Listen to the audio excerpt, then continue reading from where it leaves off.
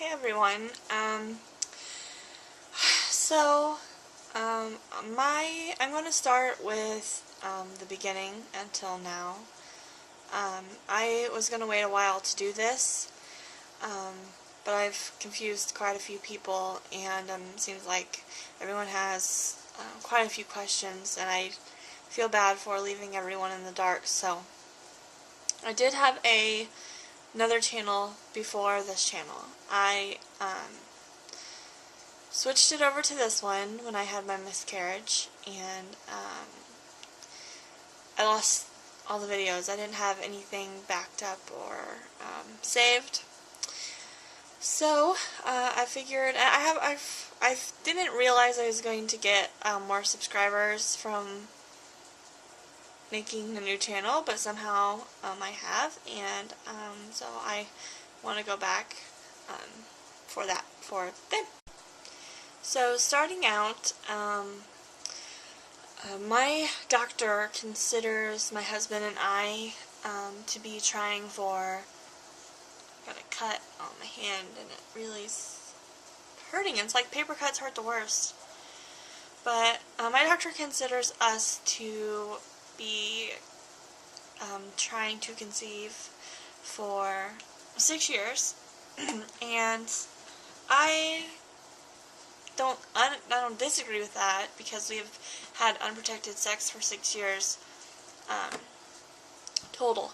But we have only been actively wanting to get pregnant for about the past 3 years, which is when the infertility treatments started. So what happened was I have never had a regular cycle. I've never, you know what I mean, it just doesn't come on its own. And I had a year-long cycle, no period, no nothing, and, so, when I did get my period, it lasted for about 8 months, and I kept going back to the doctor, and I was telling them how bad I felt about being on your period for so long. Finally, I went into the emergency room, and a doctor said, "We have got to figure out what is going on. This is not normal at all." So, after that, they sent me up to the OB/GYN at the hospital that I was in the ER at. They did a pap smear, and it came back normal. And she said, with my lining being so as thick as it was, which I can't remember now how long it's been, because it's been like 3 years ago, but she said with my lining being so thick that she just thought something was up, so she did an endometrial biopsy. When that test came back, it came back positive for hyperplasia. And so then she said immediately she needed to do a D&C. So my husband's in the military. They don't really like to give your husband time off. So we could not do it immediately. We had to wait until the next week or so. And I had the D&C done. It was removed. Thankfully, that it was removed, because hyperplasia could turn into dysplasia, and then it keeps going up until you can get cancer. The cells can turn into cancer. So that didn't happen. I had to have 6 endometrial biopsies before we could be referred to an infertility clinic, and those were hell. I absolutely would cry and throw the biggest fit about going. I did not want to go ever. It was so damn painful, and I could not. And I have a high pain tolerance, and I just couldn't believe how bad they hurt. They don't give you any pain medication. They tell you to take ibuprofen before you come in. And whoever decided, back in the day, they would put you to sleep to do a biopsy, or at least, highly medicate you to pretty much knock you out. But my doctor said for some reason they decided that women could handle it.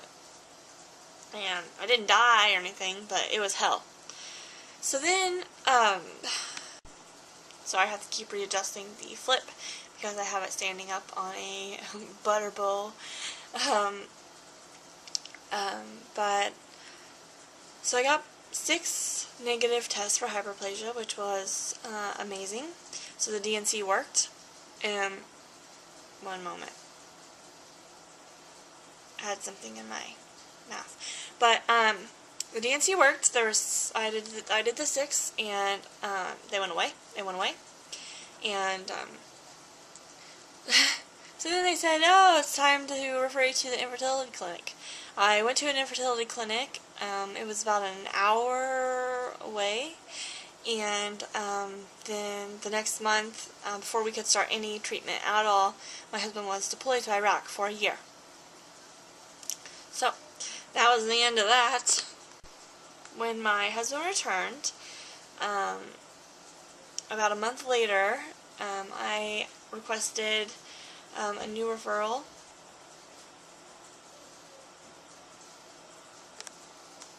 Sorry if you all saw my face, but there is a drunken fight going on outside of our building here. Goodness. Okay, so sorry about that. They gave me the referral, and we went to the infertility clinic. They did my husband's sperm analysis. It came back amazing. And so obviously it was not his anything to do with him. He had 155 million sperm, and most of them had absolutely no problem. Of course, there was, maybe like 1,000 that were not the greatest, but they have no motility problems, no problems at all. I mean, it was better, extremely better than normal. But so then they did a ultrasound on me and a bunch of blood work, of course, and they found out I had hypothyroidism and polycystic ovarian syndrome. On my left ovary, I think I had 30 cysts, one big one, the rest were very small, and on the right one I had about 15 cysts. And I think PCOS is painful. It did hurt me. I didn't know that it was cysts hurting, but every now and then you would just get just a sharp pain, and now I found out that that's like the little cysts popping and stuff like that. And the thing is, cysts are actually really common for people even without PCOS, and most of them go away with the next cycle. But since I wasn't having cycles, and I didn't have a cycle for a year, and then I bled for 8 months, my body just didn't know what I was doing to it. So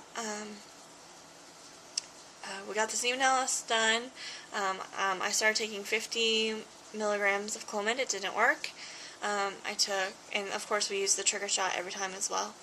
And then we tried 100 milligrams of Clomid and the trigger shot and metformin and levothyroxine, something like that.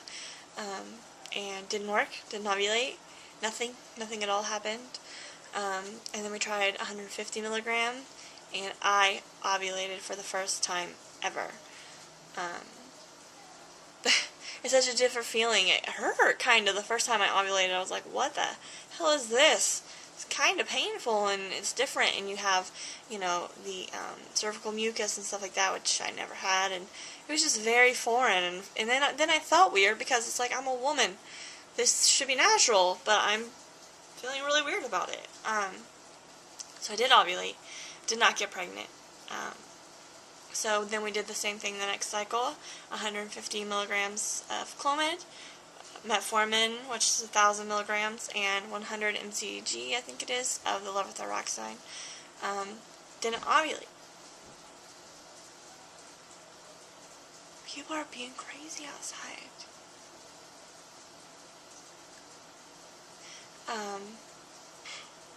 Okay, so then I moved up to 200 milligrams of Clomid, with the trigger shot, metformin and levothyroxine, and I ovulated, and I took the 200 milligram with the trigger and everything for 11 months.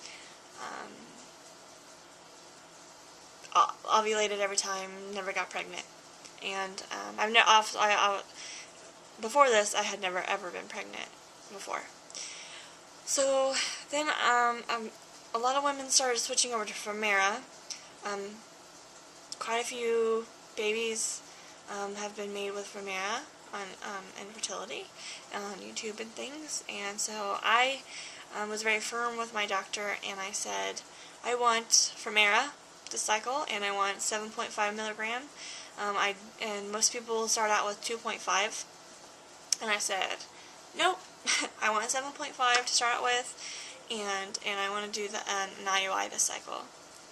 Oh, I forgot to mention, in 3 cycles before that, during the Clomid, I had SHG test done and the postcoital test. The HSG came back perfectly fine. My tubes are open and no problems, and my cervical mucus and my husband's sperm interact well together, just fine, no problem. So yes, I said I wanted Femera, 7.5 milligram, my 1,000 milligram of metformin, the trigger shot, and the levothyroxine, and I got pregnant. For the first time, I got pregnant, and it was amazing. So that is what worked for us. As you all know, I did have a miscarriage. I've been saying that every video now, but where I am right now is I had a miscarriage at 11 weeks and 2 or 3 days, and right in the middle of 2 and 3 days, so I'm not sure which to say.